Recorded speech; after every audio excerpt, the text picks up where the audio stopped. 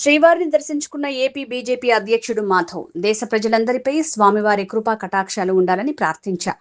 ధర్మం, దేశ అభివృద్ధిలో ప్రధాని నరేంద్ర మోడీ దేశాన్ని నిరంతరం ముందుకు నడిపిస్తున్నారు. ప్రధానిగా 12 ఏళ్లు, సీఎంగా 13 ఏళ్లు, త్వరలో 25 వసంతాల నరేంద్ర మోడీ పాలన పూర్తి.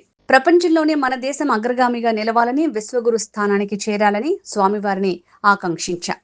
రాష్ట్రం, దేశం సుభిక్షంగా ఉండాలి, ప్రజలందరికీ సంక్షేమ ఫలాలు అందాలి, రాష్ట్రంలో ధార్మిక కార్యక్రమాలు మరింతగా పెరగాలి, ధర్మ కార్యాలను విస్తరించాలి. టీటీడీ ఆధ్వర్యంలో వేలాది దేవాలయాలకు ధూపదీప నైవేద్యాలు అందేలా వ్యవస్థలు మరింత బలపడాలి. కలియుగ దైవం శ్రీ వెంకటేశ్వర స్వామి దర్శనం అవటం జరిగింది. స్వామివారి యొక్క కృపా కటాక్షం దేశం పైన, ప్రతి పౌరుడిపైన ఉండాలని, ధర్మం, దేశానికి సంబంధించి అనేక రకాల విషయాల్లో నరేంద్ర మోడీ గారు దేశాన్ని ముందుకు తీసుకెళ్తున్నారు. 12 వసంతాల ఆయన యొక్క ప్రధానమంత్రిగా పరిపాలన పూర్తయింది.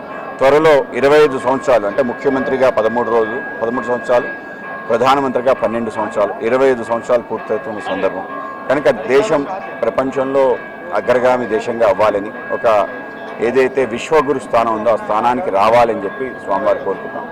రాష్ట్రం, దేశం రెండింటికి ముందుకెళ్లే విధంగా, ప్రజలందరికీ కూడా సంక్షేమం, అలాగే అనేక రకాల ఫలితాలు అందే విధంగా, అందరికీ ఆనందం కలిగించే విధంగా కలియుగ దైవం ఆశీర్వదించాలని కోరుకుంటున్నాం. ఆ విధంగా ధర్మ కార్యక్రమాలు రాష్ట్రంలో మరింతగా పెరగాలని చెప్పి తిరుమల తిరుపతి దేవస్థానం సంబంధించిన అన్ని రకాల వ్యవస్థలు, అనేక రకాల ధూప దీప నైవేద్యాలు ప్రతి దేవాలయానికి అందే విధంగా ఆ స్వామివారి కటాక్షం కారణంగా సుమారు ఇవాళ వేలాది దేవాలయాలు ఆ విధంగా అలరాలుతున్నాయి.